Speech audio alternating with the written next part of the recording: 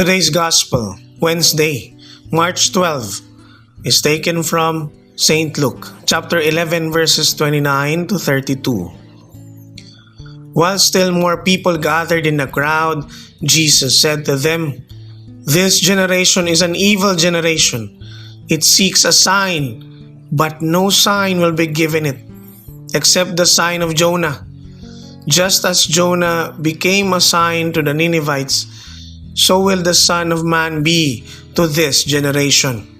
At the judgment, the queen of the south will rise with the men of this generation, and she will condemn them, because she came from the ends of the earth to hear the wisdom of Solomon. And there is something greater than Solomon here. At the judgment, the men of Nineveh will arise with this generation and condemn it, because at the preaching of Jonah, they repented, and there is something greater than Jonah here." The Gospel of the Lord. Today's faithful reflection is from Sister Dea Fresnosa. Bawas ang galing.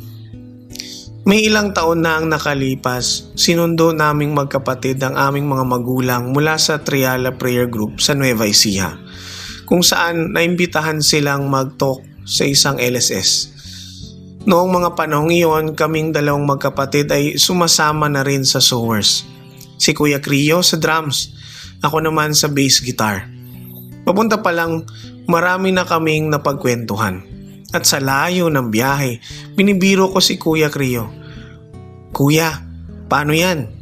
Pag nagustuhan yung palo ng drums, pag nagustuhan mo dito, papayag ka ba? Pupunta-punta tayo dito sa Nueva Ecija?" Ang sagot sa akin bawas-bawas ang galing. Bilang isang taong may special needs, si Kuya Crio. As usual, natawa pero nashock ako sa nasabi niya. For someone who has intellectual disability, this guy offers some great wisdom too. And lo and behold, naging parte ng ilan sa mga private jokes ng mga brothers sa community. Bawas galing. Why? Simply because there is something greater than us here. Many times in our ministry life, we always give our all. Not a sin, by the way, just sometimes we overdo things.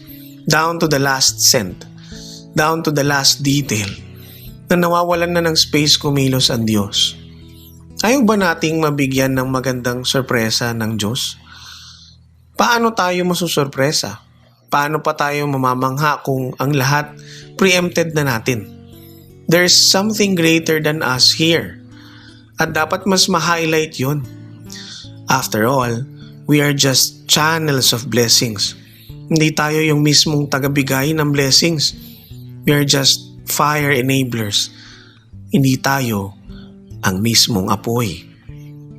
Kaya iwas bad trip, bawas galing.